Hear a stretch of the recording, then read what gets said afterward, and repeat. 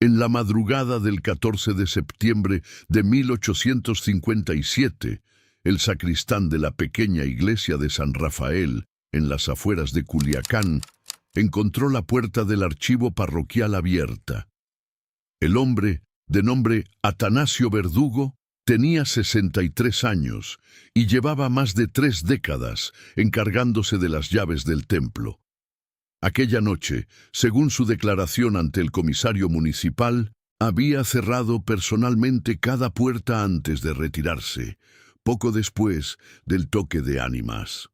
Sin embargo, al regresar antes del alba para encender los cirios del altar mayor, notó que la puerta de la sacristía interior estaba entreabierta y que, más adentro, el archivo mostraba señales de haber sido visitado. El archivo parroquial de San Rafael ocupaba una habitación estrecha, de paredes de adobe encalado y techo de vigas de mezquite. Consistía en un armario de cedro con 7 gavetas, cada una identificada por una letra grabada con punzón. Las gavetas contenían libros sacramentales, registros de bautismos, matrimonios y defunciones, así como documentos de tierras, padrones de feligreses y correspondencia con la diócesis de Sonora, de la cual dependía Culiacán antes de la reorganización eclesiástica de la década siguiente. El sacristán revisó gaveta por gaveta y comprobó algo que le pareció extraño. Todas estaban intactas, con sus papeles en orden aparente, salvo una. La gaveta marcada con la letra I, ubicada en la tercera fila, estaba vacía. No faltaban monedas, ni sellos eclesiásticos, ni ornamentos litúrgicos, ni los libros de bautismo que cualquier falsificador habría codiciado para alterar fechas de nacimiento. El único objeto ausente era un volumen forrado en badana oscura, conocido entre los párrocos como el Libro de los Impedimentos. En ese libro, durante más de 40 años, se habían asentado los casamientos rechazados, las uniones anuladas después de publicadas las amonestaciones y las denuncias de parentesco oculto entre contrayentes. Era un libro de consulta exclusiva del párroco y del obispo en visita pastoral. Ningún feligrés tenía autorización para examinarlo, y ni siquiera los sacristanes podían manipularlo sin orden expresa. Atanasio Verdugo se persignó antes de tocar la gaveta vacía. Sobre el suelo de ladrillo, junto al armario, había una sola hoja arrancada de algún libro. El papel era grueso, de fabricación artesanal, con filigrana apenas visible al trasluz. En el margen derecho, escritos con tinta ferrogálica de color casi negro, aparecían 2 nombres, Roberto Salazar y Jimena Altamirano. Nada más. Sin fechas, sin anotación marginal, sin referencia a expediente alguno. La caligrafía era menuda, inclinada, con trazos que denotaban práctica notarial. La tinta no era reciente. Según el sacristán, la hoja no estaba allí cuando cerró la noche anterior. El párroco de San Rafael, el presbítero Demetrio Arce y Noriega, llegó al templo poco después del aviso. Tenía 58 años y gobernaba aquella feligresía desde hacía 19. Su primer acto no fue examinar la escena ni interrogar al sacristán, sino enviar un recado urgente al comisario municipal acusando directamente a Roberto Salazar del robo. En la misma nota mencionó que Jimena Altamirano había sido vista rondando la iglesia la noche anterior. El comisario, un antiguo comerciante de granos llamado Evaristo Mendoza, conocía de vista a ambos señalados. Ambos eran adultos, conocidos en la ciudad, con oficios respetables y sin antecedentes de conducta reprochable. Roberto Salazar, de 36 años, trabajaba como escribano auxiliar en el registro civil recién organizado tras las reformas del gobierno liberal. Tenía fama de copiar documentos con una precisión casi obsesiva, y se decía que era capaz de detectar una coma fuera de lugar en un legajo de 100 fojas. Jimena Altamirano, de 28 años, Era restauradora de libros y encuadernadora. Trabajaba para comerciantes, sacerdotes y propietarios rurales que necesitaban conservar registros antiguos, partidas de nacimiento o libros de contabilidad. Ambos se conocían apenas de vista. Nunca habían compartido oficio, ni domicilio, ni trato social. Sin embargo, la hoja arrancada los unía de un modo que ninguno de los dos comprendía todavía.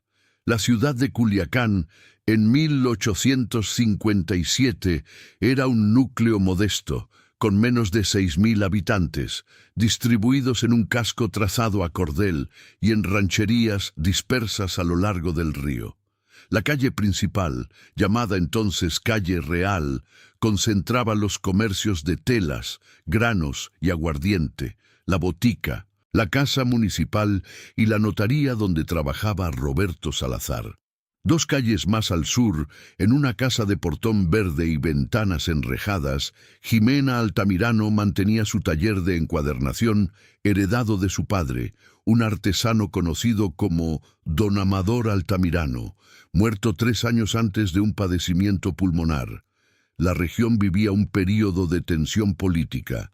Apenas unos meses antes, en febrero del mismo año, se había promulgado la nueva Constitución Federal, y las leyes de reforma comenzaban a aplicarse con resistencia desigual. Los registros civiles empezaban a sustituir, al menos formalmente, el monopolio eclesiástico sobre nacimientos, matrimonios y defunciones. En ese contexto, el robo de un libro parroquial podía interpretarse como un acto político, una provocación o, como sospechó el comisario Mendoza, algo mucho más mundano. Una cortina de humo para ocultar otro propósito. Roberto Salazar fue conducido a la casa municipal en la mañana del 15 de septiembre, día de la Independencia Nacional. Las calles estaban engalanadas con banderas tricolores y guirnaldas de papel de China, y el ambiente festivo contrastaba con la situación del escribano. Se le permitió declarar sin grilletes, en atención a su oficio y a que el robo no implicaba violencia contra personas. Roberto afirmó que la noche del 13 al 14 había permanecido en su domicilio, una habitación alquilada en la calle de la Amargura, preparando copias de un expediente de tierras para el juzgado de distrito. Presentó como testigo a la dueña de la casa, doña Francisca Lomas, quien confirmó que la vela del cuarto de Roberto había permanecido encendida hasta pasada la medianoche y que ella misma le había llevado un jarro de café cerca de las 11. La coartada era sólida, pero el párroco Arce insistió en que el sacristán había oído pasos cerca de la iglesia y que la cerradura del archivo no mostraba signos de violencia, lo que sugería que alguien con conocimiento de las llaves o con habilidad para abrir cerraduras había cometido el robo. Roberto, como escribano, tenía acceso a herramientas de precisión y conocimientos de caligrafía que podían relacionarlo con la hoja dejada en el suelo. Jimena Altamirano fue interrogada por separado. Reconoció haber pasado cerca de la iglesia de San Rafael en la tarde del 13 de septiembre, pero explicó que había ido a entregar 2 libros de oraciones que había restaurado para la señora Dolores Ibarra, vecina de la calle de la Cruz, cuyo domicilio quedaba a 3 cuadras del templo. La señora Ibarra confirmó la entrega y añadió que Jimena había permanecido en su casa casi 1 hora, conversando sobre el estado de unos devocionarios antiguos. El comisario Mendoza no encontró motivo para retenerla, pero el párroco Arce solicitó que ambos quedaran bajo vigilancia discreta mientras se investigaba el paradero del libro desaparecido. La acusación, aunque débil, tenía consecuencias inmediatas. Roberto fue suspendido de su empleo en el registro civil por orden del jefe político del distrito, un hombre llamado Próspero Dueñas, que no simpatizaba con los funcionarios formados bajo las leyes liberales. Jimena perdió 2 encargos importantes. Un comerciante de telas retiró sus libros de cuentas y una cofradía canceló la restauración de sus actas fundacionales. Ambos comprendieron que limpiar sus nombres requeriría algo más que declaraciones juradas. Era necesario reconstruir el contenido del libro de los impedimentos y demostrar que su desaparición obedecía a motivos ajenos a ellos. La primera dificultad era que el libro, por su naturaleza confidencial, no tenía copia. La segunda, que el párroco Arce se negó a colaborar más allá de la denuncia inicial, alegando que el sigilo eclesiástico le impedía revelar el contenido de los asientos. La tercera, y más desconcertante, era que Roberto Salazar y Jimena Altamirano jamás habían solicitado casarse entre sí. De hecho, nunca habían intercambiado más que saludos de cortesía. La hoja con sus nombres parecía una acusación sin delito, una pista que no conducía a ninguna parte. Sin embargo, el nombre de Roberto no era el único escrito en esa hoja. Examinada con lupa en el taller de Jimena, la página reveló marcas tenues en la esquina superior izquierda, casi invisibles a simple vista. Una numeración antigua, folio 47, y una abreviatura que parecía corresponder a un expediente eclesiástico. La hoja no pertenecía al libro de los impedimentos. El papel era distinto, más delgado y con un tipo de filigrana que Jimena identificó como procedente de un molino papelero de Guadalajara que había funcionado hasta 1842. El libro desaparecido, en cambio, estaba encuadernado con papel fabricado en la Ciudad de México después de 1850. La hoja del suelo había sido arrancada de otro volumen, quizás más antiguo, y colocada deliberadamente junto a la gaveta vacía. Esa fue la primera anomalía.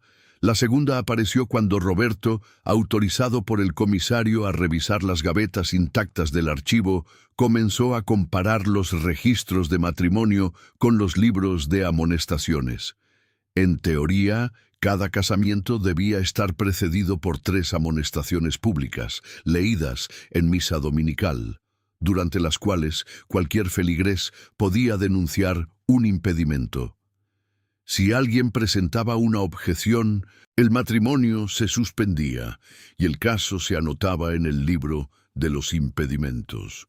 Si no había objeción, el matrimonio se celebraba y quedaba asentado en el libro correspondiente.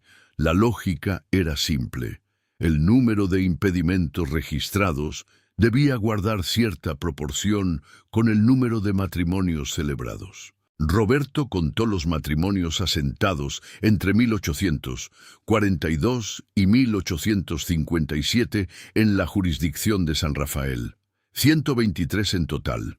Luego, revisó las referencias indirectas al libro de los impedimentos en otros documentos, notas al margen en partidas de bautismo, anotaciones en libros de fábrica y correspondencia parroquial. Descubrió 48 casos en los que se mencionaba la existencia de un impedimento, 48 objeciones para 123 matrimonios consumados. La proporción era anormal. En parroquias de tamaño similar, como las de El Fuerte o Cosalá, el número de impedimentos rara vez superaba la 10ª parte de los matrimonios. En San Rafael, más de 1/3 de las uniones proyectadas habían sido bloqueadas. Jimena, por su parte, comenzó a examinar los libros que habían pasado por su taller en los últimos años. Su padre, Amador Altamirano, había sido el encuadernador principal de la parroquia y de varias familias notables de la región. Al restaurar un volumen, el viejo artesano solía añadir guardas nuevas, reforzar el lomo y a menudo reutilizar tiras de papel sobrante para igualar los cortes. Jimena había aprendido el oficio observándolo y tras su muerte había continuado con los mismos métodos y la misma clientela. Al revisar los libros que aún obraban en su poder, encontró algo que la inquietó. Varias guardas contenían tiras de papel manuscrito que, examinadas al trasluz, mostraban fragmentos de texto legal. No eran recortes al azar, eran secciones de partidas originales, algunas con sellos municipales, otras con firmas y rúbricas. La revelación llegó cuando Ximena desmontó la cubierta de un libro de cuentas perteneciente a un comerciante de granos ya fallecido. Entre el cartón y la badana exterior encontró una hoja doblada en 4 partes. Era una copia de un acta matrimonial fechada en 1849. Los contrayentes eran Ezequiel Herrera y Luz María Fonseca. Al pie del documento, una nota manuscrita indicaba: impedimento por parentesco en 4º grado, denunciado por el testigo Francisco Javier Rocha. Ximena recordó el nombre. Francisco Javier Rocha era un agricultor próspero que había fallecido en 1846, 3 años antes de la fecha del acta. Roberto y Ximena decidieron trabajar juntos a partir de ese momento. Sin conocerse realmente, sin haber compartido antes una comida ni una conversación larga, se convirtieron en colaboradores forzosos de una pesquisa que ninguno de los dos había buscado. Se reunían en el taller de Ximena al atardecer, después de que ella cerraba las ventanas y él se aseguraba de no ser seguido. Comparaban documentos, anotaban nombres y fechas, reconstruían con fragmentos lo que el libro desaparecido había contenido. El patrón que emergió en las semanas siguientes era imposible de atribuir al azar. Durante casi 15 años, entre 1842 y el momento del robo, hombres y mujeres adultos habían sido impedidos de casarse por supuestos vínculos familiares, que, según los documentos conservados, nunca existieron. Las denuncias de parentesco aparecían siempre firmadas por los mismos 3 nombres, o por personas que decían representarlos: Francisco Javier Rocha, Teodoro Bustamante y Concepción Orozco, viuda de Linares. Los 3 apellidos se repetían como testigos en casi todos los procesos, aunque pertenecían a personas que, en las fechas de sus testimonios, estaban documentalmente fuera de la región, o en el caso de Rocha, ya habían fallecido.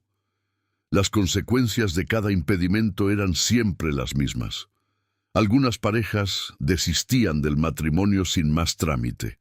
Otras abandonaban Culiacán en los meses siguientes, con rumbo a Mazatlán, Durango o los pueblos mineros de la sierra, y en varios casos, las propiedades de los contrayentes pasaban poco después a manos de parientes lejanos, acreedores o administradores locales. Eran transferencias legales, registradas ante notario, con compradores y vendedores identificables. Pero la secuencia era demasiado regular para ser casual: impedimento, ruptura, traslado, venta, todo en un plazo de entre 6 y 18 meses. El taller de Ximena se convirtió en una suerte de archivo paralelo. Sobre la mesa de encuadernación, donde antes se apilaban badanas, hilos y cola de carpintero, ahora se extendían legajos polvorientos, recibos amarillentos y copias parciales de escrituras antiguas. Roberto aportaba su conocimiento del sistema notarial. Sabía leer las marcas de agua, identificar la procedencia de los sellos, distinguir una copia autorizada de una simple transcripción sin valor legal. Ximena aportaba sus manos, desmontaba cubiertas, separaba hojas pegadas, descubría lo que otros habían querido ocultar entre capas de papel y cartón. La colaboración, sin embargo, no pasó inadvertida. El párroco Arce envió un segundo recado al comisario Mendoza, protestando porque los 2 acusados seguían hurgando en documentos eclesiásticos sin autorización. El comisario, que empezaba a intuir que el asunto era más complejo que un simple robo, respondió con evasivas. Pero también advirtió a Roberto, en privado, que tuviera cuidado. Había gente en la ciudad, le dijo sin dar nombres, que no miraba con buenos ojos ciertas averiguaciones. La advertencia se materializó una semana después. Una noche, mientras Roberto caminaba de regreso a su habitación, 2 hombres lo interceptaron en la esquina de la calle del Calvario. No lo golpearon ni lo amenazaron directamente. Uno de ellos, al que Roberto no pudo identificar porque llevaba el rostro cubierto con un paliacate, le entregó un sobre lacrado y le dijo: «Deje quieto lo que no es suyo, escribano». Luego se perdieron en la oscuridad. Dentro del sobre, Roberto encontró una hoja de papel con una sola línea manuscrita que repetía las mismas palabras: «Deje quieto lo que no es suyo». Esa noche, Roberto no durmió. A la mañana siguiente, le mostró el mensaje a Jimena. Ella lo leyó en silencio, lo comparó con otros papeles que tenía sobre la mesa y señaló algo que a Roberto le heló la sangre. La caligrafía era idéntica a la de la hoja encontrada en el suelo del archivo parroquial. La misma inclinación, los mismos trazos, la misma tinta ferrogálica. Quien hubiera escrito los nombres de Roberto y Jimena en aquella página arrancada era la misma persona que ahora les advertía que se detuvieran. Pero había algo más. Jimena había estado trabajando en silencio, sin contarle a Roberto, sobre un hallazgo que la perturbaba profundamente. Al desmontar la cubierta de un misal que había pertenecido a su propia madre, encontró un conjunto de anotaciones manuscritas en los márgenes de las guardas. La letra era inconfundible. Pertenecía a doña Mercedes Arreola de Altamirano, su madre, a quien Jimena creía muerta desde hacía más de una década, víctima de una enfermedad repentina que la había consumido en pocas semanas, según le habían contado. Las anotaciones no eran oraciones, ni recetas domésticas, ni recordatorios personales. Eran listas de nombres, fechas de matrimonios impedidos y breves descripciones de propiedades transferidas. Mercedes Arreola había estado investigando el mismo entramado que ahora ocupaba a su hija, pero 15 años antes. La última anotación, fechada en febrero de 1843, decía: «He comparado los registros. Los testigos son muertos. Los vivos se reparten tierras ajenas. Voy a hablar con el comisario mañana». No había más anotaciones después de esa fecha. Según los registros familiares y la memoria de los vecinos, Mercedes Arreola había enfermado gravemente en marzo del mismo año. 2 médicos, cuyos nombres aparecían en un certificado que Jimena recordaba vagamente, la habían declarado incapaz de manejar sus asuntos. La habían internado en una casa de salud particular. Murió, o eso decían, en agosto de 1843, de un padecimiento cerebral no especificado. Pero los documentos ocultos en el misal contradecían esa versión. En una hoja doblada, escondida dentro del lomo del libro, Mercedes había copiado fragmentos de correspondencia ajena. El contenido era inequívoco. Los 2 médicos que la habían declarado incapaz, el doctor Porfirio Castañeda y el doctor Emilio Fierro, habían recibido pagos de un comité de comerciantes y propietarios para firmar el diagnóstico. El mismo comité era el que se beneficiaba de las transferencias de propiedades tras los impedimentos matrimoniales.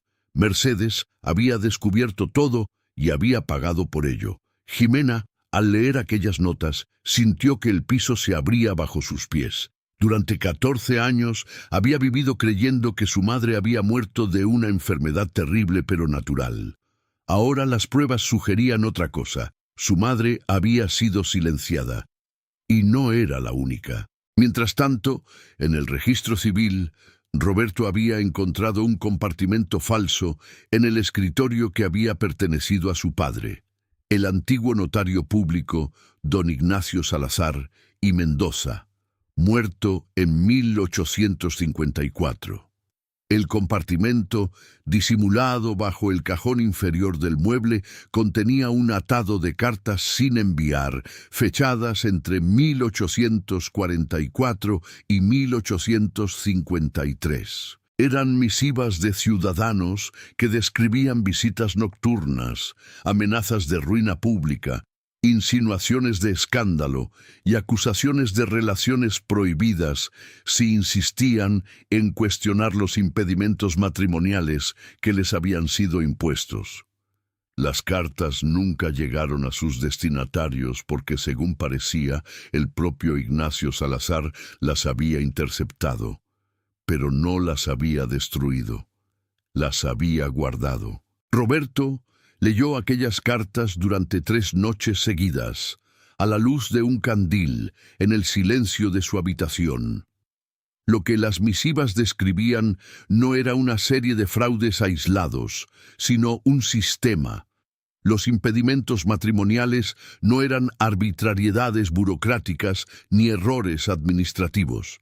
Eran operaciones calculadas para impedir alianzas entre familias, fragmentar herencias y mantener la propiedad de las tierras productivas en manos de un círculo reducido de comerciantes, autoridades locales e intermediarios. La vergüenza era el arma principal. Nadie quería ser recordado como alguien que había intentado casarse con un supuesto pariente. Bastaba con sembrar la sospecha para que la víctima prefiriera retirarse en silencio antes que defenderse públicamente. Jimena, por su parte, había seguido desmontando libros. Encontró más tiras de papel reutilizadas, más fragmentos de actas originales, más evidencias de que su padre, Amador Altamirano, había colaborado durante años con el mismo grupo que manejaba los registros sospechosos. Pero la naturaleza de esa colaboración empezó a mostrar matices. Algunas de las tiras escondidas no eran descartes, sino pruebas deliberadamente conservadas. Amador había encuadernado los libros falsos, pero también había guardado los recortes que demostraban la falsedad, como si hubiera sido un peón del sistema, pero también su cronista secreto. Fue entonces cuando Jimena comprendió algo que cambió por completo la dirección de la investigación. Al examinar una de las guardas que su padre había colocado en un libro de actas municipales, encontró una anotación microscópica, escrita con una caligrafía que reconoció de inmediato. Era la letra de su madre, Mercedes. La anotación decía: «Amador no es nuestro enemigo. Él guarda lo que yo no puedo llevar. Confía en las cubiertas, confía en las guardas. Ahí está todo». El padre de Jimena no había sido cómplice del sistema. Había sido el custodio de las pruebas, escondiéndolas a plena vista, dentro de los mismos libros que el grupo le encargaba restaurar. Durante años, cada vez que alguien le llevaba un volumen para encuadernar, Amador Altamirano insertaba entre sus páginas un fragmento de verdad, camuflado como refuerzo estructural, esperando que algún día alguien mirara con suficiente atención. Y ese alguien era su hija, que ahora, 14 años después de la muerte de su madre y 3 años después de la muerte de su padre, sostenía en sus manos el archivo secreto que ambos habían construido en silencio, sin poder compartirlo con nadie. El hallazgo más perturbador llegó cuando Jimena reconoció la caligrafía de su madre en otras anotaciones dispersas por distintos libros.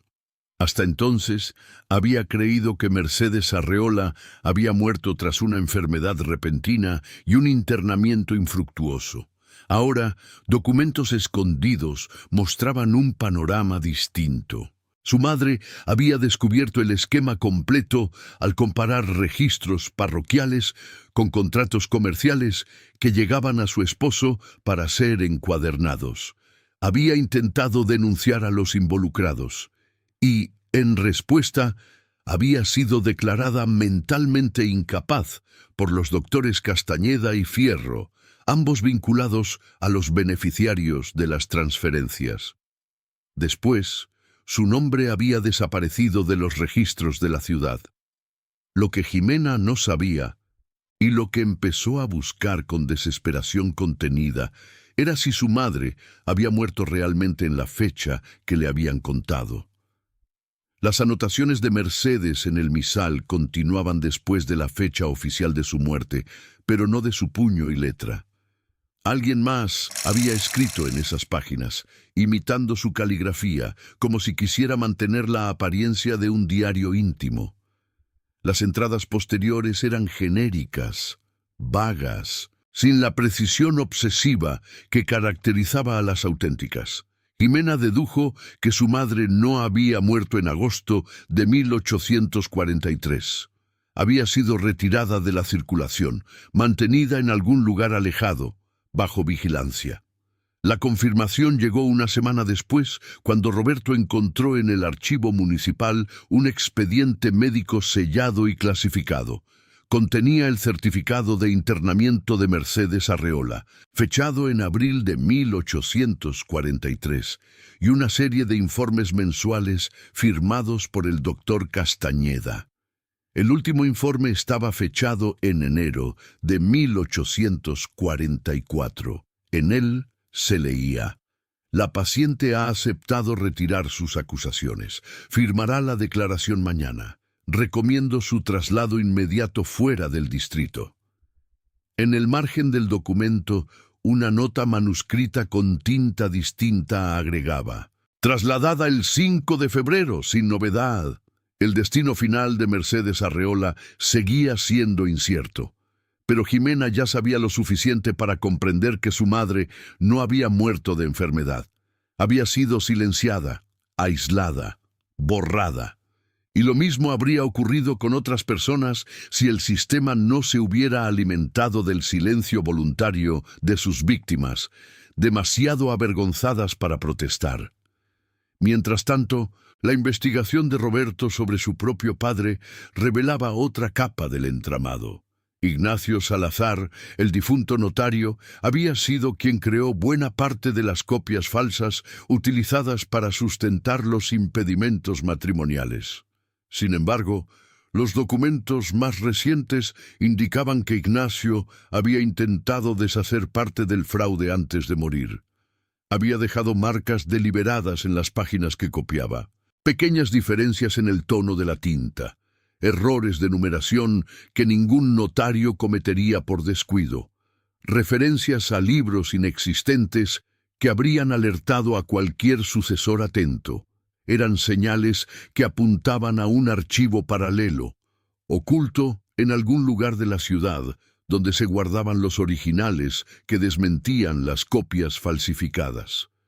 El nombre de Roberto en la hoja arrancada no era una acusación, era una instrucción. Ignacio Salazar había esperado que su hijo, heredero de su oficio y de su método, reconociera aquellas marcas y encontrara el archivo antes de que otros lo destruyeran.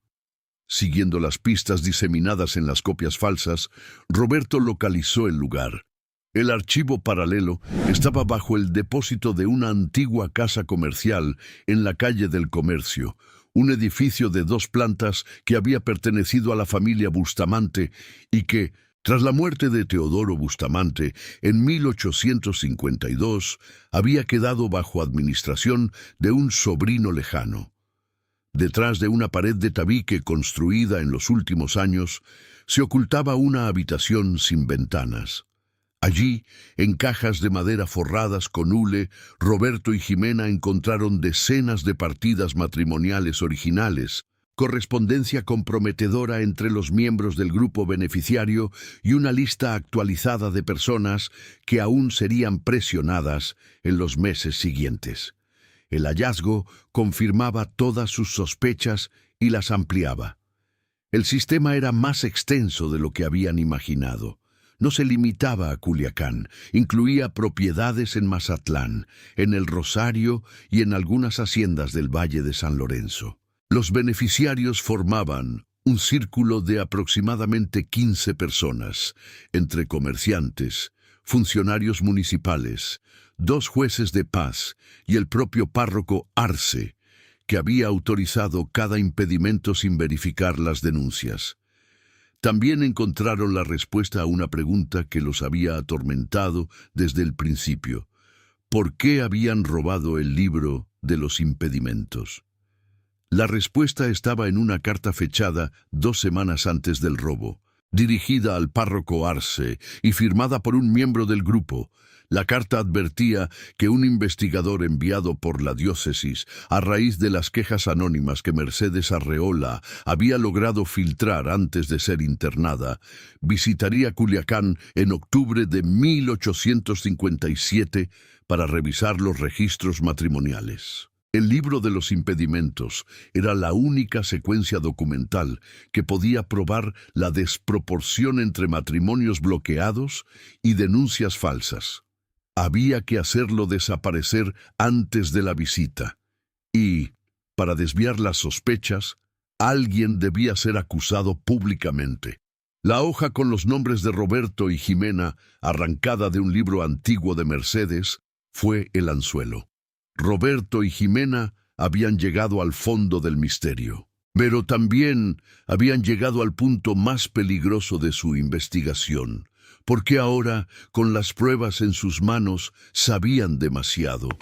Y los hombres que habían silenciado a Mercedes Arreola, que habían falsificado testamentos, que habían bloqueado docenas de matrimonios y confiscado tierras ajenas durante 15 años, no iban a permitir que 2 artesanos solitarios deshicieran su obra. La noche en que encontraron el archivo oculto, al regresar al taller de Jimena para organizar los documentos y decidir a qué autoridad externa recurrirían, descubrieron que alguien había estado allí. La puerta del taller estaba forzada. Las cajas donde Jimena guardaba los libros en restauración habían sido vaciadas sobre el suelo, pero, sobre todo, los papeles que habían ido acumulando durante semanas, las notas, las copias, los fragmentos de partidas originales, habían desaparecido. Solo quedaban los documentos que Jimena, por precaución, había escondido días antes dentro de las cubiertas de varios libros que estaba restaurando para un comerciante de Mazatlán. Libros que ya estaban embalados y listos para ser enviados fuera de la ciudad. Esa precaución heredada de su padre les salvó de perderlo todo. Pero el depósito bajo la casa comercial fue vaciado esa misma noche. Cuando volvieron a la mañana siguiente, la pared de tabique había sido derribada por completo y el espacio estaba lleno de escombros y ceniza. Alguien había quemado lo que quedaba. Los originales, las cartas, las listas. Todo había sido reducido a polvo negro. Solo sobrevivieron los papeles que Jimena había alcanzado a esconder antes de que el sistema se tragara sus propias pruebas. El cerco se cerraba. El párroco Arce, 3 días después, convocó a una reunión en la casa municipal con el comisario Mendoza y el jefe político Dueñas. Denunció formalmente a Roberto Salazar por falsificación de documentos públicos y a Jimena Altamirano por daño a registros eclesiásticos. Presentó como evidencia los fragmentos de partidas que Jimena había encontrado en las guardas de los libros, argumentando que ella misma los había cortado para destruir pruebas. La acusación era absurda, pero tenía la fuerza de la autoridad eclesiástica y el respaldo tácito de varios comerciantes influyentes. Roberto perdió definitivamente su puesto en el registro civil. El periódico local, una hoja quincenal llamada El Eco de Culiacán, publicó una nota describiéndolo como un falsificador resentido que, habiendo sido descubierto en sus maniobras, pretendió culpar a ciudadanos honorables de una conspiración inexistente. Jimena fue acusada de mutilar libros religiosos y su taller fue clausurado por orden municipal. Aislados, sin empleo, vigilados y con sus nombres manchados públicamente, Roberto y Jimena comprendieron que no había autoridad local a la que pudieran recurrir. El comisario Mendoza, aunque simpatizaba en privado con su causa, carecía de poder real frente al entramado de comerciantes, funcionarios y clérigos que dominaba la región. La diócesis de Sonora estaba demasiado lejos, y el investigador eclesiástico que debía visitar Culiacán nunca llegó. Quizás nunca había existido. Quizás la carta que anunciaba su visita era otra pieza de la farsa, diseñada para justificar el robo del libro ante los miembros menos informados del grupo. Sin opciones legales, sin protección oficial y con la certeza de que el sistema los aplastaría si permanecían en la ciudad, tomaron la única decisión posible. Roberto Salazar dejó Culiacán en noviembre de 1857 con rumbo a Mazatlán, llevando cosidas en el forro de su levita varias copias incompletas de las pruebas. Jimena Altamirano partió 2 semanas después, en dirección opuesta hacia la ciudad de Durango, con los libros restaurados que habían escapado a la requisa municipal y que contenían, ocultas bajo las guardas, las últimas evidencias del sistema que habían desenmascarado. Ninguno de los dos volvió a Culiacán. Nunca se casaron. Nunca compartieron oficio, ni domicilio, ni vida en común. Pero sus nombres quedaron unidos para siempre por aquella página arrancada, por aquella gaveta vacía, por aquel libro que desapareció en la noche del 14 de septiembre de 1857 y que nunca fue recuperado. Años después, según consta en una nota marginal hallada en un archivo particular de la Ciudad de México, parte de los registros reapareció en una colección privada adquirida por un abogado que investigaba la historia agraria de Sinaloa. Las páginas con los nombres de los principales beneficiarios habían sido arrancadas con pulcritud quirúrgica. Solo quedaban los márgenes, los folios, las referencias vacías. Alguien, en algún momento, había completado la tarea de borrar la evidencia sin dejar rastro. El único documento que se preservó por entero fue la hoja encontrada en el suelo del archivo parroquial, la que llevaba los nombres de Roberto Salazar y Jimena Altamirano escritos en el margen derecho. Esa hoja, según el mismo registro, fue donada a un museo regional en la década de 1960 y desapareció durante una remodelación del edificio 2 años después. Antes de extraviarse, un investigador la examinó y anotó en su cuaderno de campo que, en el reverso de la página, escrita con una caligrafía menuda y casi invisible debido al paso del tiempo, había una frase. La frase no era de Roberto ni de Jimena, era de Mercedes Arreola de Altamirano, la mujer que 14 años antes había descubierto la verdad y había pagado con su libertad el precio de mencionarla. La frase, según el cuaderno de campo del investigador, decía: «El secreto nunca dependió de esconder la verdad, sino de hacer que todos tuvieran vergüenza de decirla en voz alta». Desde entonces, el episodio quedó registrado solo en referencias fragmentadas. Una nota al margen en un archivo privado, un cuaderno de campo extraviado, un rumor persistente entre los viejos de la región, como si la propia ciudad de Culiacán, al igual que sus habitantes de mediados del siglo XIX, hubiera decidido que ciertos matrimonios, ciertas herencias, ciertos crímenes y ciertas personas jamás debieron haber existido.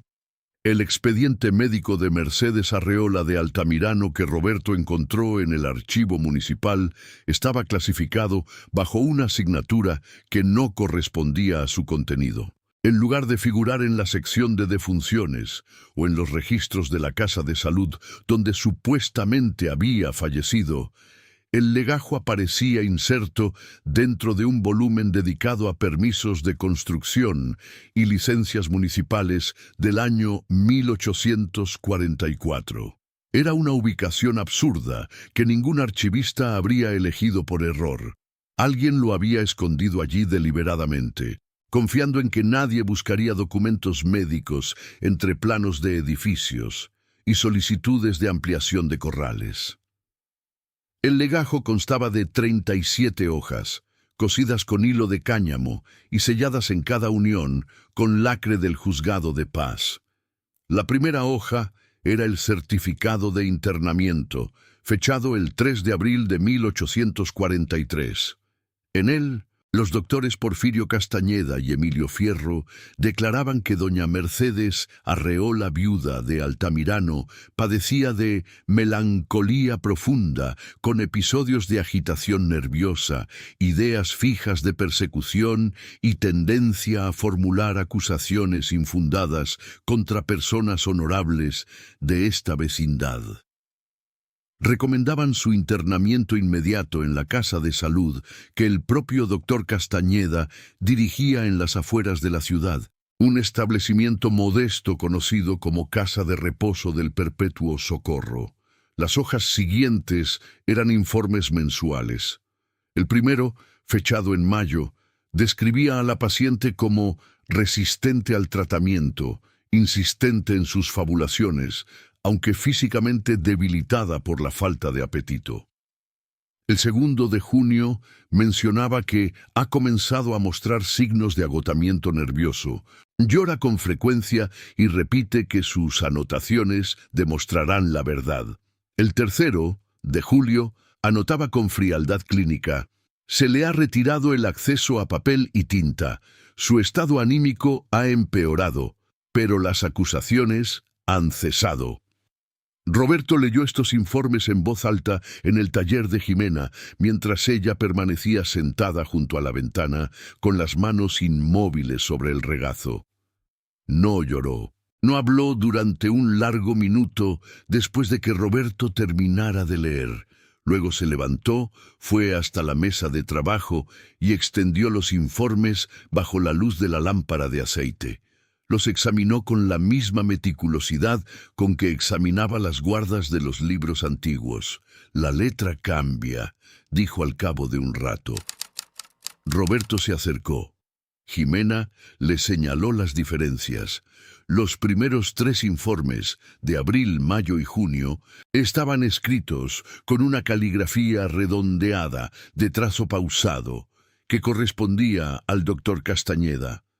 Pero a partir del informe de julio, la caligrafía cambiaba sutilmente.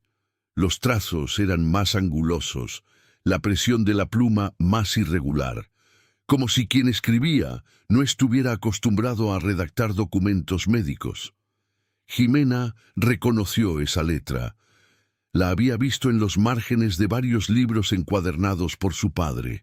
Pertenecía a Teodoro Bustamante, el comerciante que figuraba como testigo en casi todos los impedimentos matrimoniales y que, oficialmente, había muerto en 1852. Bustamante no era médico, dijo Jimena, pero firmaba los informes como si lo fuera. El último documento del legajo era el más perturbador. Estaba fechado en enero de 1844. Y a diferencia de los anteriores, no era un informe médico, sino una declaración firmada por la propia Mercedes Arreola. En ella, la paciente retiraba todas las acusaciones que había formulado contra los miembros del grupo. Reconocía que sus denuncias eran producto de un desorden de los nervios y solicitaba ser trasladada a una localidad distante para comenzar una nueva vida lejos de Culiacán.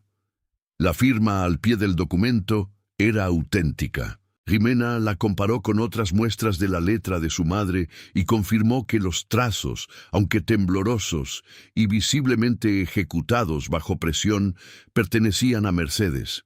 Pero en el margen inferior, casi rozando el borde de la hoja, había una línea escrita con una caligrafía diferente, menuda y rápida, que no era de Mercedes, ni de Bustamante, ni de Castañeda. Era una caligrafía que Jimena no reconoció de inmediato y que, al ser examinada con lupa, reveló un mensaje brevísimo. La firma es verdadera, pero no es libre. Pregunten en el rosario por la mujer que llegó en febrero sin memoria. A. La inicial A. Desconcertó a Jimena durante varios días. Revisó sus recuerdos.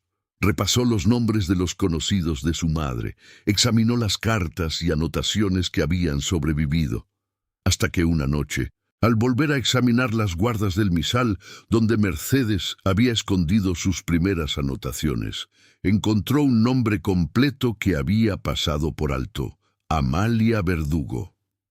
Era la hermana menor del sacristán Atanasio Verdugo, el mismo que había encontrado la puerta del archivo abierta la noche del robo. Amalia Verdugo había trabajado como auxiliar de enfermería en la casa de reposo del Perpetuo Socorro entre 1842 y 1844, según constaba en un registro de empleados que Roberto localizó días después. Había renunciado a su puesto en febrero de 1844, exactamente en las mismas fechas en que Mercedes Arreola había sido trasladada fuera del distrito. Después de su renuncia, Amalia desapareció de los registros de Culiacán. No se casó, no compró propiedades, no apareció en censos posteriores. Su hermano Atanasio, el sacristán, nunca mencionó su nombre en los interrogatorios. Jimena y Roberto comprendieron que Amalia Verdugo era una pieza clave que no habían considerado. Si había trabajado en la casa de salud durante el internamiento de Mercedes, era posible que supiera algo sobre su destino final. También era posible que hubiera sido ella quien escribió la nota en el margen del documento, arriesgando su empleo y quizás su seguridad para dejar una pista. La búsqueda de Amalia Verdugo los llevó a El Rosario, un pueblo costero a unos 60 kilómetros al sur de Culiacán, donde, según los registros de la parroquia local, una mujer con ese nombre había sido enterrada en el cementerio municipal en 1855. Pero antes de morir, Amalia había dejado algo: un testamento hológrafo, depositado ante el notario del Rosario, un hombre llamado Genaro Estrada, que había sido compañero de estudios de Ignacio Salazar, el padre de Roberto. El notario Estrada recibió a Roberto y a Jimena en su despacho, una habitación fresca con ventiladores de palma y estanterías atestadas de protocolos. Era un hombre de 60 y tantos años, de hablar pausado y memoria prodigiosa. Recordaba perfectamente a Amalia Verdugo. La describió como una mujer delgada, de mirada intensa, que había llegado a El Rosario en la primavera de 1844, acompañando a otra mujer, más mayor, que apenas hablaba y que parecía no recordar su propio nombre. «La mujer mayor murió aquí», dijo el notario. «En 1846 está enterrada en el cementerio viejo, bajo una lápida sin nombre. Amalia pagó el entierro con sus ahorros y me entregó este sobre para que lo guardara». El notario extrajo de su archivo personal un sobre de papel amarillento, lacrado y cruzado por una cinta negra. En el exterior, una anotación manuscrita decía: «Para la hija de Mercedes, si alguna vez pregunta». Jimena rompió el lacre con manos temblorosas. Dentro del sobre había una carta de 6 páginas, escrita por Amalia Verdugo, y un objeto pequeño envuelto en tela de lino. Un anillo de plata con una inscripción en el interior del aro que decía: «Mercedes Arreola, enero de 1828». Era el anillo de bodas de su madre. La carta de Amalia, leída en voz baja por Jimena en el despacho del notario Estrada, mientras la luz de la tarde entraba oblicua por las celosías, contenía la versión más completa de lo que había ocurrido en la casa de reposo del Perpetuo Socorro entre abril de 1843 y febrero de 1844. Amalia describía a Mercedes como una mujer de inteligencia clara y voluntad firme, que no mostraba signo alguno de enfermedad mental, sino de desesperación contenida. Durante las primeras semanas de internamiento, Mercedes había intentado escribir cartas a las autoridades, pero todas eran interceptadas por el doctor Castañeda o por los visitantes que acudían a la casa de salud con regularidad. Esos visitantes Según Amalia, eran los mismos hombres cuyos nombres aparecían en las denuncias de Mercedes: Teodoro Bustamante, Francisco Javier Rocha, a quien Amalia describía como un anciano de aspecto enfermizo que apenas podía caminar, y otros dos individuos a los que identificaba como el sacerdote de San Rafael y el jefe político del distrito. A partir de junio de 1843, según la carta, el trato hacia Mercedes cambió. Le retiraron el papel y la tinta. Le administraron sedantes que la mantenían somnolienta la mayor parte del día. Las visitas se espaciaron, pero cuando ocurrían, alguien permanecía junto a la puerta de la habitación durante horas. En diciembre, Mercedes había perdido tanto peso que Amalia temió por su vida. Fue entonces cuando el doctor Castañeda anunció que la paciente sería trasladada a otra institución, fuera del distrito, para recibir un tratamiento más adecuado. El traslado ocurrió en febrero de 1844, pero no hubo tal traslado a otra institución. Amalia, que había ganado la confianza de Mercedes y se había convertido en su única aliada dentro de la casa de salud, descubrió por casualidad que el destino previsto no era un hospital, sino una propiedad rural aislada, a varias leguas de Culiacán, donde Mercedes sería mantenida bajo vigilancia indefinida hasta que aceptara firmar la retractación que le exigían. Amalia decidió actuar. La noche antes del traslado, ayudó a Mercedes a escapar por una ventana trasera de la casa de salud. Ambas huyeron a pie hasta la casa de un pariente de Amalia en las afueras, y desde allí, en una carreta de carga, viajaron hasta El Rosario. Mercedes llegó a El Rosario con la salud quebrada. Según Amalia, apenas hablaba, pasaba horas mirando por la ventana y en ocasiones no reconocía a quien le dirigía la palabra. No era locura, aclaraba Amalia en la carta, sino agotamiento extremo y el efecto acumulado de los sedantes que le habían administrado durante meses. En los 2 años siguientes, Mercedes vivió en una habitación alquilada, bajo el nombre falso de María Gómez, atendida por Amalia con los escasos recursos que ésta podía conseguir cosiendo y lavando ropa ajena. Mercedes murió en marzo de 1846. No dejó testamento, ni bienes, ni documentos. Solo el anillo de plata que Amalia guardó y la certeza de que su hija Jimena, a quien Mercedes mencionaba con frecuencia en sus escasos momentos de lucidez, debía saber algún día lo que realmente había ocurrido. La carta de Amalia concluía con una advertencia: los hombres que hicieron esto siguen en Culiacán, siguen controlando propiedades, matrimonios y silencios.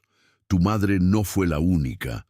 Otras personas fueron internadas, amenazadas o expulsadas. Si has llegado hasta aquí, significa que ellos todavía temen ser descubiertos. Ten cuidado. Jimena guardó la carta y el anillo en el bolsillo interior de su chaleco. Dio las gracias al notario Estrada y le preguntó si podía mostrarle algo más. Extrajo de su morral varios fragmentos de documentos que había logrado salvar del allanamiento de su taller. Tiras de papel con anotaciones de su padre, en copias parciales de escrituras, la página arrancada encontrada en el suelo del archivo parroquial. El notario los examinó con atención profesional, ajustándose los anteojos, acercando cada documento a la luz. «Esto es grave», dijo al cabo de un largo silencio. «Muy grave. Pero me temo que no basta para un proceso judicial». Explicó que, sin los originales de las partidas matrimoniales y sin el libro de los impedimentos, cualquier acusación formal se basaría únicamente en indicios y testimonios indirectos.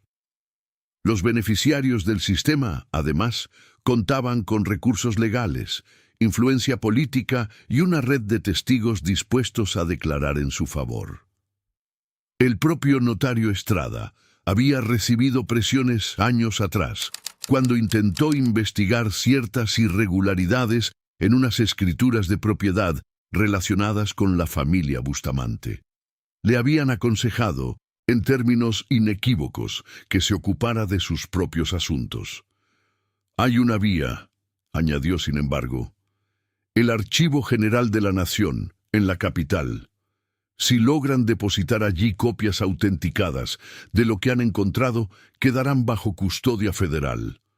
Nadie podrá destruirlas sin dejar rastro, y con el tiempo, quizás décadas, alguien podrá retomar la investigación.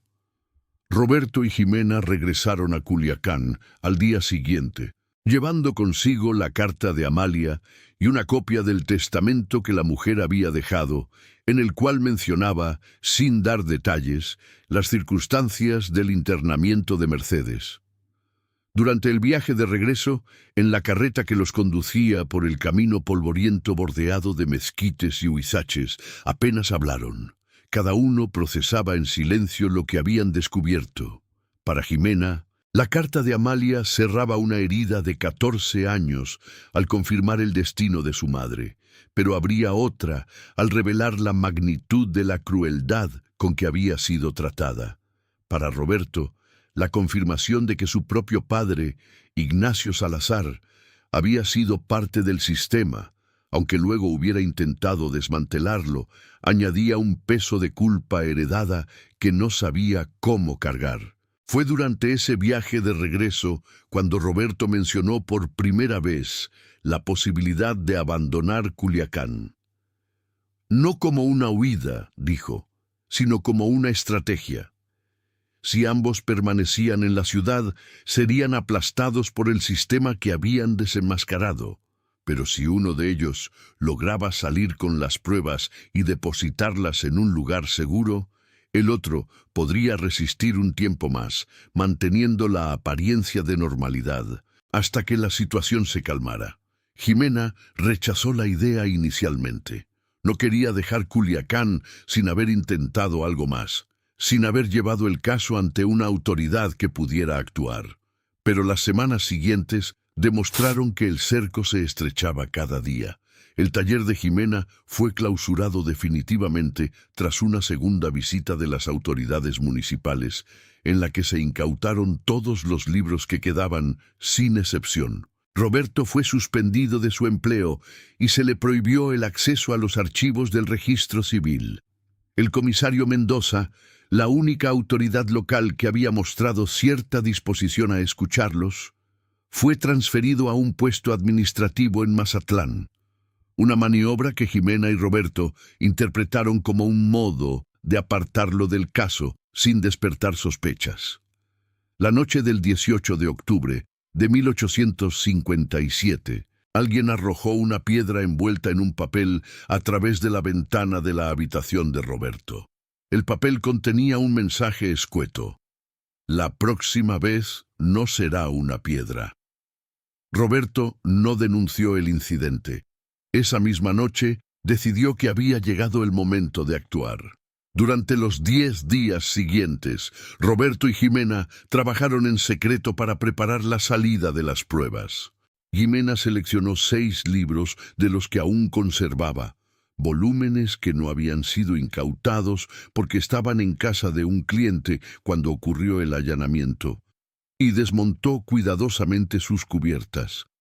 Entre el cartón y la badana insertó copias de los documentos más importantes: la carta de Amalia Verdugo, las anotaciones de Mercedes, los fragmentos de partidas originales, los informes médicos falsificados y una relación detallada de todos los impedimentos matrimoniales que habían logrado documentar. Luego volvió a encuadernar cada libro con la misma técnica que su padre le había enseñado, disimulando las inserciones bajo guardas nuevas, lomos reforzados y cantoneras de papel marmolado.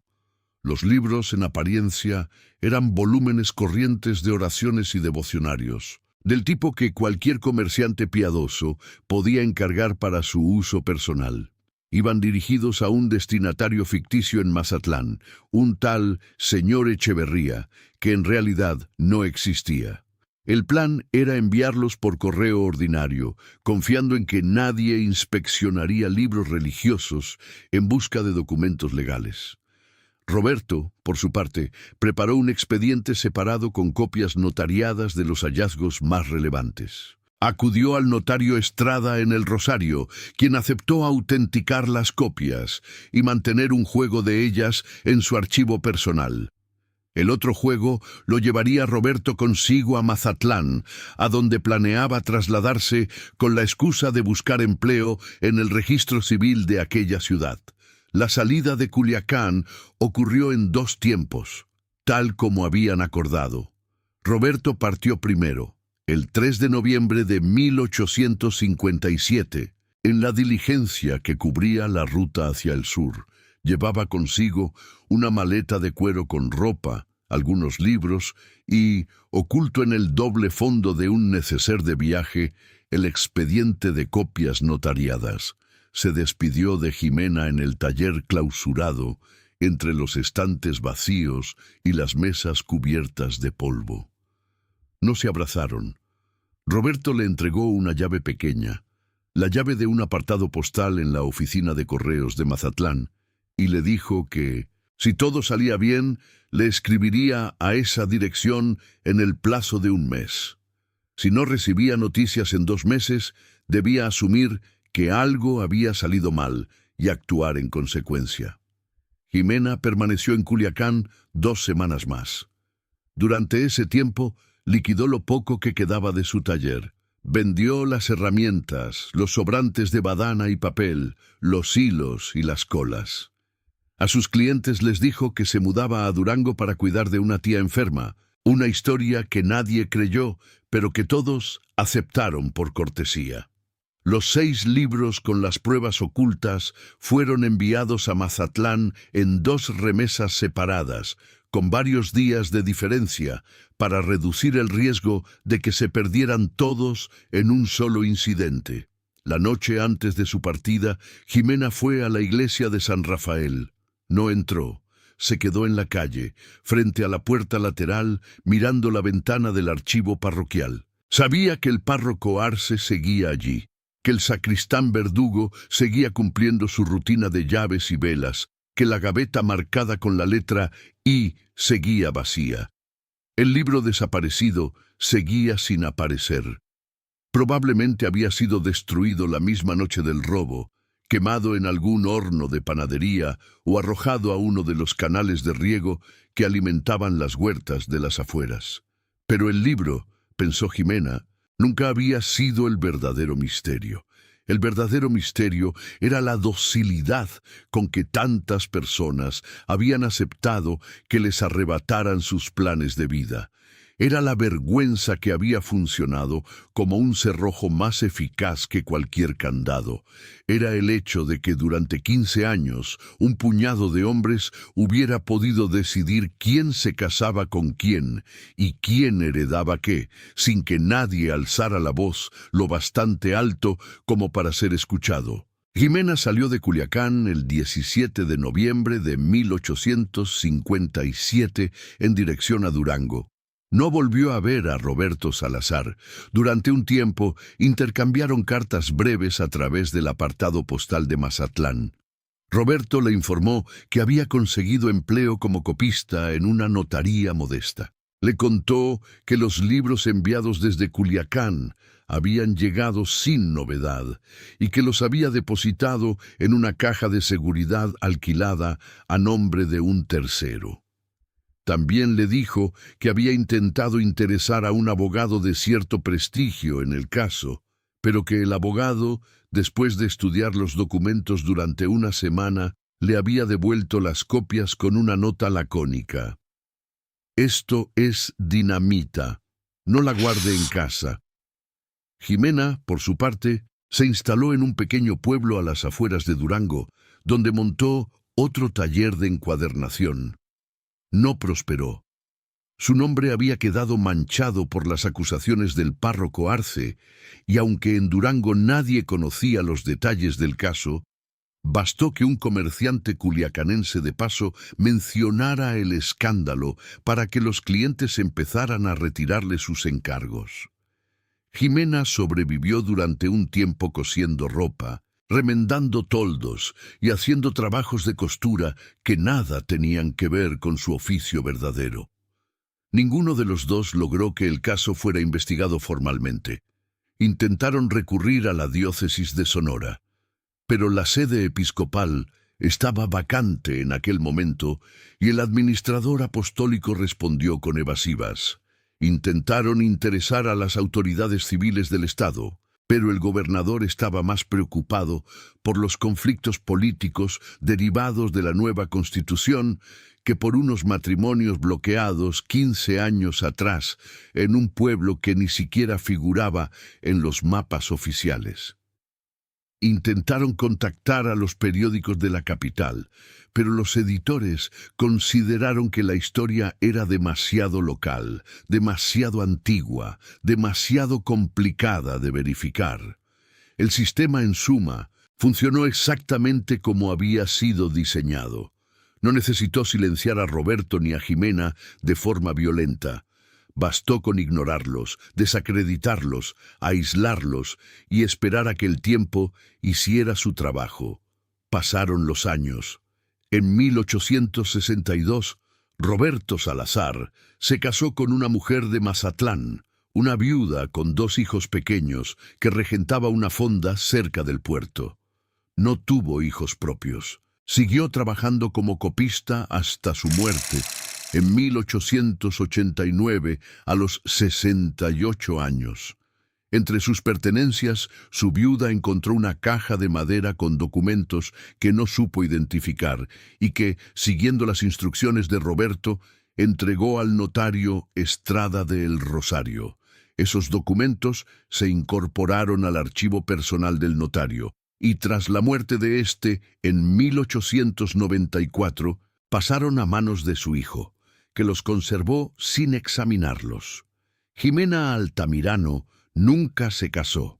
Se trasladó de Durango a Zacatecas en 1861 y de allí a la Ciudad de México en 1865. En la capital encontró trabajo como restauradora en la Biblioteca Nacional, donde sus habilidades fueron valoradas sin que nadie preguntara por su pasado. Pasó los últimos 20 años de su vida restaurando manuscritos antiguos, mapas coloniales y libros de coro. Sus colegas la recordaban como una mujer reservada, de pocas palabras, que nunca hablaba de su vida anterior y que, en ocasiones, se quedaba mirando fijamente las guardas de los libros que restauraba como si buscara algo escondido entre sus capas. Murió en 1897 a los 68 años, en un cuarto modesto de la calle de Tacuba. Entre sus pertenencias, sus compañeros de la biblioteca encontraron un anillo de plata con una inscripción en el interior del aro, varias cartas atadas con una cinta negra y un legajo de papeles viejos que nadie supo interpretar. El legajo fue donado, junto con otros documentos personales sin interés aparente, al archivo de la propia biblioteca, donde quedó catalogado bajo un epígrafe genérico. Documentos varios, siglo XIX, remitente desconocido. La historia del caso pudo haber terminado allí, en el olvido de los archivos, si no fuera porque en 1899, 2 años después de la muerte de Jimena, un joven investigador de 24 años llamado Agustín Carranza, que preparaba una monografía sobre la historia agraria de Sinaloa, encontró por casualidad una referencia marginal en un expediente del Archivo General de la Nación. La referencia mencionaba el asunto Salazar Altamirano y remitía a una asignatura que no correspondía a ningún documento conservado en el archivo. Intrigado, Carranza siguió el rastro. Encontró los documentos que Roberto había depositado en casa del notario Estrada. Encontró el legajo de Jimena en la Biblioteca Nacional. Encontró, en un archivo eclesiástico de Mazatlán, una carpeta con correspondencia del párroco Arce, ya fallecido, en la que se mencionaba el desgraciado incidente del libro desaparecido y se recomendaba no remover el asunto. Pero, sobre todo, encontró algo que ni Roberto ni Jimena habían llegado a ver.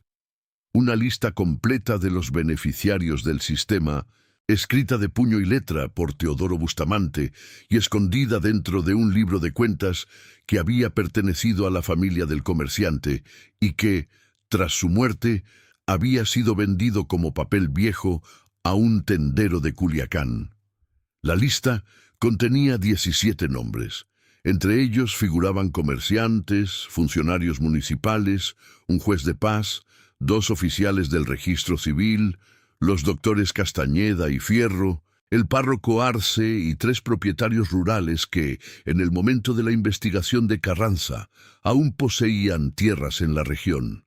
También figuraba Ignacio Salazar, el padre de Roberto, aunque su nombre aparecía tachado y con una anotación al margen que decía: se retiró en el 53. Peligroso. Vigilar. Agustín Carranza intentó publicar sus hallazgos.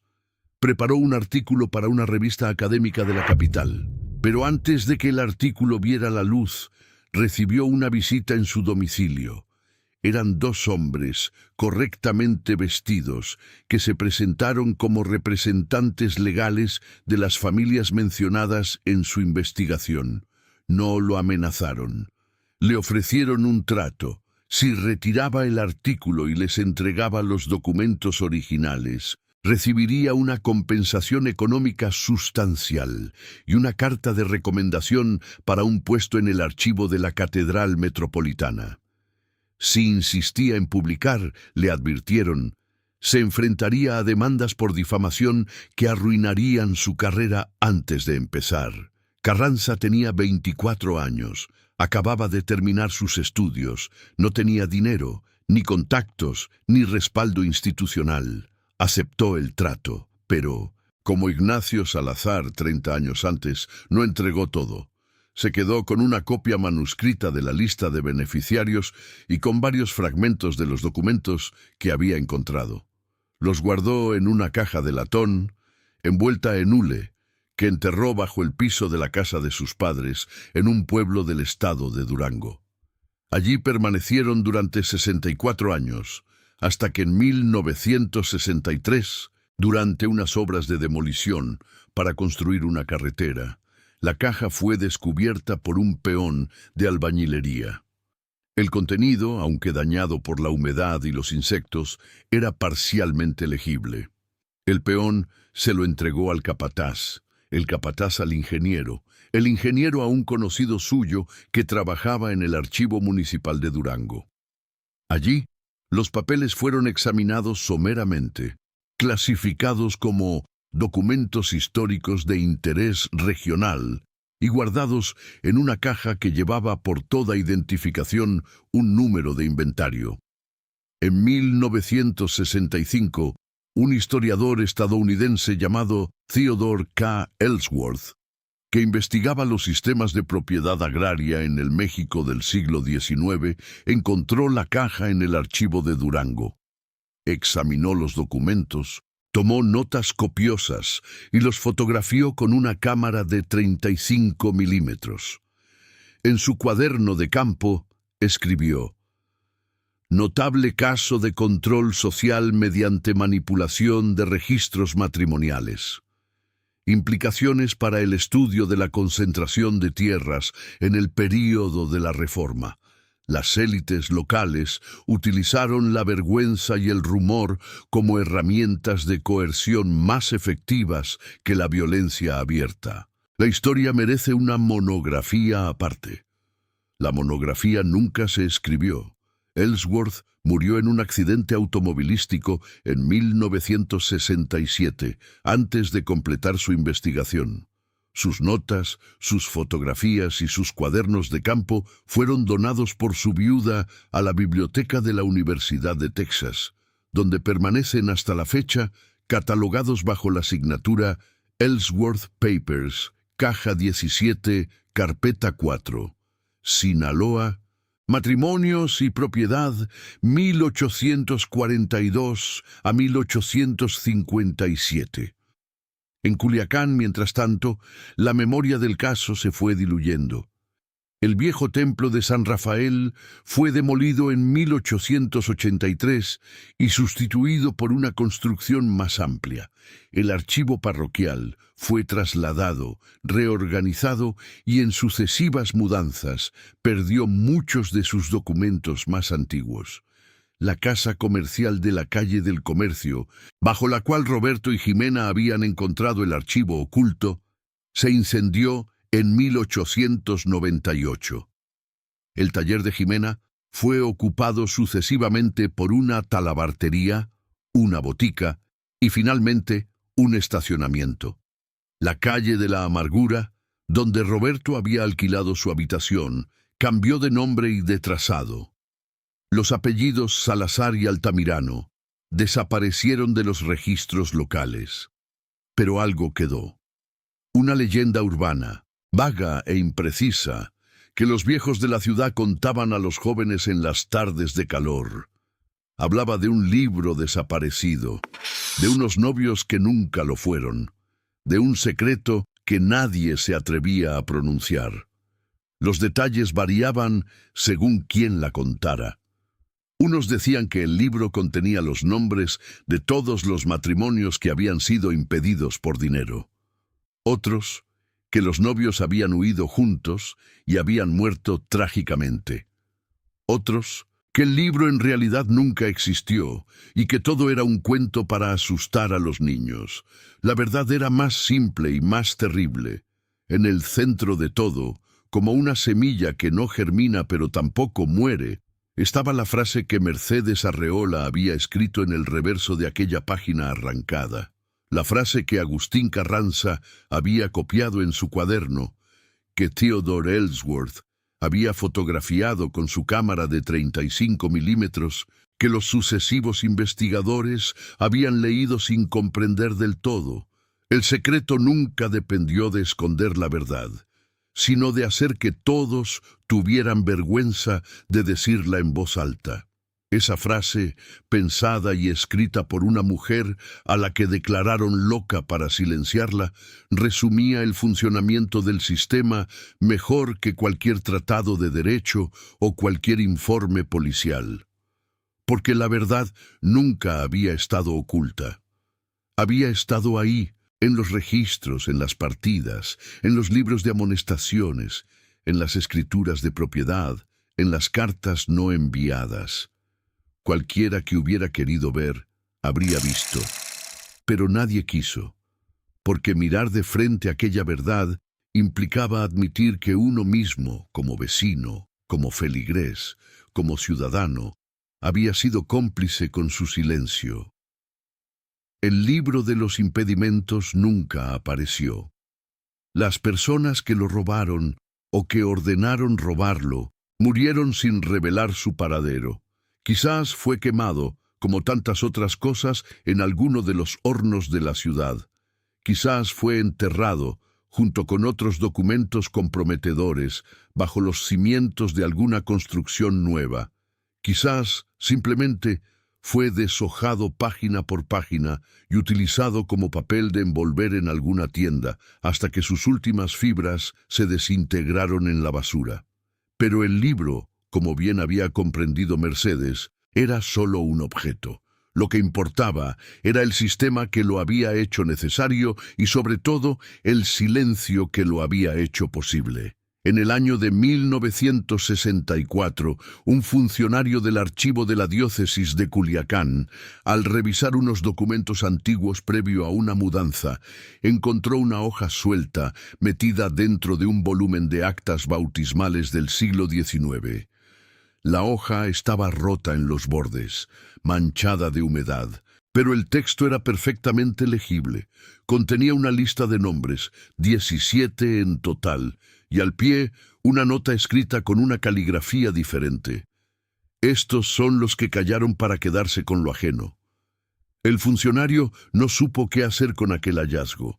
Lo consultó con su superior, que a su vez consultó con el párroco, que a su vez consultó con un abogado amigo.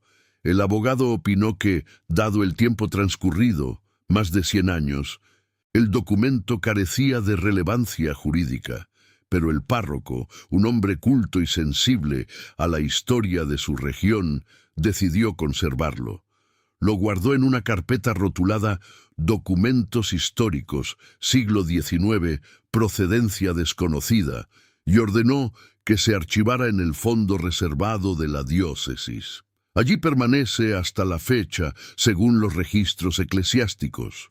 La hoja, que probablemente fue escrita por Amador Altamirano en alguno de los libros que encuadernó para el grupo, es la única evidencia física que sobrevive del sistema que aterrorizó a Culiacán durante 15 años. Los 17 nombres que contiene coinciden, según los investigadores que han tenido acceso al documento, con los 17 nombres de la lista encontrada por Agustín Carranza y fotografiada por Theodore Ellsworth. Pero la lista tiene una particularidad que ni Carranza ni Ellsworth parecen haber notado. Junto a cada nombre hay una pequeña anotación numérica, una cantidad de dinero, una fecha, una extensión de tierra.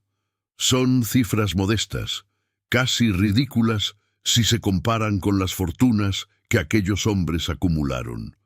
La anotación junto al nombre del párroco Arce dice: 200 hectáreas en el valle, octubre del 44. La anotación junto al nombre de Teodoro Bustamante dice: la casa de la calle Real, diciembre del 46. La anotación junto al nombre del doctor Castañeda dice: 1,000 pesos en oro, enero del 47. Son los precios del silencio, lo que cada uno cobró por no mirar, por no hablar, por no denunciar. Pequeñas sumas, pequeñas propiedades, pequeñas ventajas que, sumadas, construyeron un imperio de tierra y poder que duró varias generaciones. En 1968, el Ayuntamiento de Culiacán ordenó una revisión catastral de todas las propiedades del centro histórico. Durante los trabajos, un agrimensor descubrió que varias fincas estaban registradas con dimensiones ligeramente inferiores a las reales, y que los excedentes coincidían con antiguos solares que, según los documentos del siglo XIX, habían pertenecido a personas que abandonaron la ciudad sin vender sus propiedades. La discrepancia era pequeña, unos pocos metros cuadrados aquí y allá, pero sumada a lo largo de un siglo de transferencias, herencias y ventas sucesivas, representaba una cantidad considerable de terreno urbano. El agrimensor redactó un informe. El informe fue archivado. Nadie estaba interesado en reabrir heridas de hacía 110 años para recuperar unos metros cuadrados de terreno sin valor. Pero el informe existe. Está en el Archivo Municipal de Culiacán, en una carpeta que muy pocas personas han solicitado consultar. Su signatura es Expediente Catastral 47/19, Anexo Histórico. En la última página del informe, el agrimensor anotó de su puño y letra una observación personal, que probablemente no formaba parte de su encargo oficial. Todo esto viene de aquellos matrimonios que no se celebraron. Los solares son lo que queda de las familias que se fueron. Nadie las recuerda ya. Esa frase es la última anotación conocida sobre el caso. Después de ella, el rastro documental se desvanece. Los archivos personales de Agustín Carranza se perdieron durante la Revolución. Las fotografías de Theodore Ellsworth siguen en la Universidad de Texas, pero nadie las ha consultado en décadas. Los documentos que Roberto Salazar y Jimena Altamirano salvaron están dispersos en distintos repositorios, mezclados con miles de otros papeles que nadie ha tenido tiempo ni interés de examinar. En el año 2019, un equipo de arqueólogos que trabajaba en la restauración de un edificio histórico en el centro de Culiacán encontró, bajo el piso de lo que había sido la tienda de un comerciante de granos, una pequeña caja de plomo sellada. Dentro Había fragmentos de papel quemado, ilegibles en su mayor parte, y una sola hoja intacta. La hoja estaba manuscrita y decía: el 14 de septiembre de 1857, por orden del presbítero Demetrio Arce y Noriega, se retiró del archivo parroquial el libro de los impedimentos y se procedió a su destrucción mediante fuego. Quien esto escribe, Atanasio Verdugo, sacristán de San Rafael, deja constancia para el día en que Dios juzgue a los vivos y a los muertos. Era la confesión póstuma del sacristán, escondida durante más de 160 años bajo el suelo de una tienda. La caja de plomo, según los arqueólogos, fue depositada allí por el propio Atanasio Verdugo poco antes de su muerte, ocurrida en 1861. El viejo sacristán, que había pasado toda su vida obedeciendo órdenes, encontró al final la fuerza para desobedecer una sola vez. No destruyó la prueba de la destrucción, sino que la escondió para que alguien, algún día, la encontrara. La hoja fue incorporada al acervo del Museo Regional de Sinaloa, donde actualmente se exhibe en una vitrina junto con otros documentos del siglo XIX. La vitrina tiene un pequeño cartel que explica el contexto histórico: la iglesia de San Rafael, el archivo parroquial, los registros matrimoniales. Pero el cartel no menciona a Roberto Salazar, ni a Jimena Altamirano, ni a Mercedes Arreola, ni a Amador Altamirano, ni a Amalia Verdugo. No menciona los impedimentos, ni las transferencias de propiedades, ni los 17 nombres de la lista. Es como si, al cabo de tantos años, el silencio hubiera ganado definitivamente la partida. Como si la propia ciudad, al igual que sus habitantes de mediados del siglo XIX, hubiera decidido que ciertos matrimonios, ciertas herencias, ciertos crímenes y ciertas personas jamás debieron haber existido. Pero los documentos están ahí, en los archivos de Durango, de Mazatlán, de la Ciudad de México, de Austin, Texas, en las guardas de los libros viejos, en los cuadernos de campo de los investigadores muertos, en las fotografías amarillentas y en las cajas de latón enterradas bajo los pisos. La verdad nunca estuvo escondida, solo esperaba a que alguien tuviera el valor de mirarla de frente.